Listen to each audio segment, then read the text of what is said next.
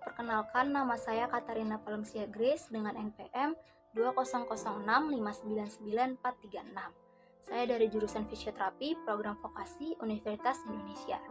Dalam video ini saya akan menjelaskan tentang biomekanik dan kinesiologi pada bagian knee. Video ini bertujuan untuk pemenuhan dari mata kuliah biomekanik dan kinesiologi. Yuk simak videonya. Penyusun knee kompleks yang terdiri dari tibiofemoral joint dan patellofemoral joint. Tibiofemoral joint. Tibiofemoral joint terdapat gerakan yaitu fleksi ekstensi dan rotasi internal eksternal. Di dalam ini juga terdapat meniscus medialis atau biasa disebut dengan C dan meniscus lateralis yang biasa dengan disebut O yang terikat dengan ligamen coronarius. Stabilisasi pasif lutut yang terjadi disebabkan oleh struktur tulang dan meniskusnya, yang disebabkan juga oleh sistem dari ligamen kolateral medial, ligamen kolateral lateral, ligamen cruciatum anterior, dan ligamen cruciatum posterior.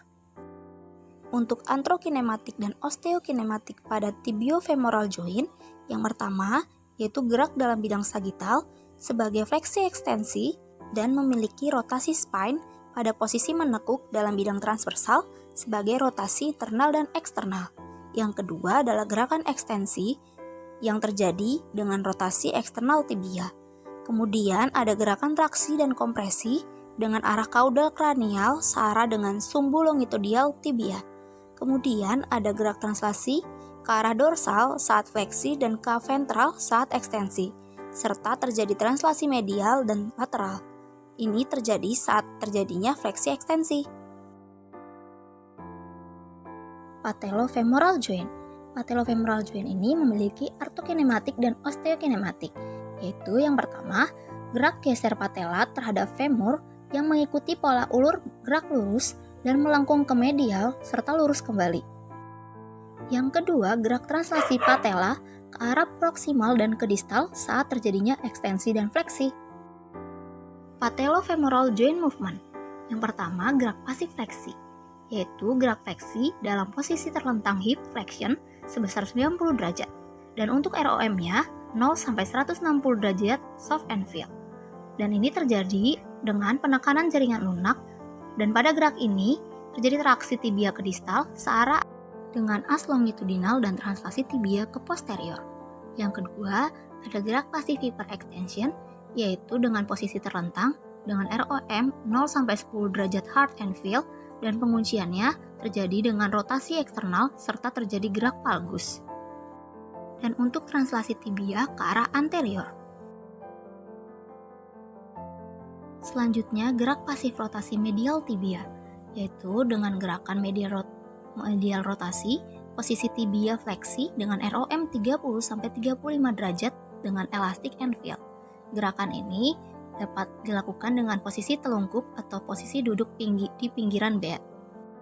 Selanjutnya ada gerak pasif rotasi lateral tibia, yaitu gerakan lateral rotasi posisi tibia fleksi dengan ROM 45 sampai 50 derajat elastic and feel.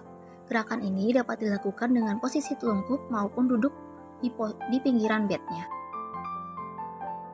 Kemudian ada isometric knee flexion, yaitu dengan posisi fleksi sebesar 45 derajat fleksi lutut, atau bisa dilakukan dengan posisi duduk di pinggiran bed dengan fleksi lutut sebesar 90 derajat, dan hal ini dilakukan oleh otot hamstring. Kemudian ada isometric knee extension dengan posisi terlentang dengan lutut fleksi 45 derajat, dan hal ini dilakukan oleh otot quadriceps. Ini adalah gerakan fleksi dan dapat dilakukan dengan menekukkan kaki pasien dan menahannya, dan dapat dilakukan dengan posisi telentang.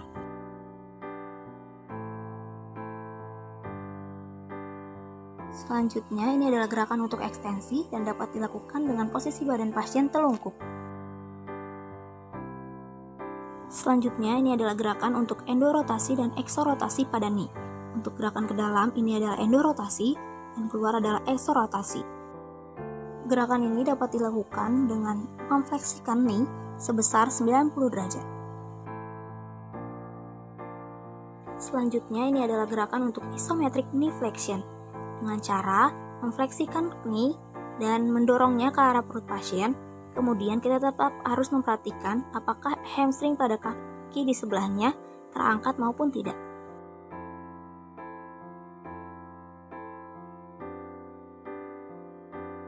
Selanjutnya ini adalah gerakan untuk isometric knee extension. Kita dapat melakukannya dengan posisi badan pasien menyamping, kemudian kita dapat meminta pasien untuk menarik ankle-nya dan menahannya sekuat pasien.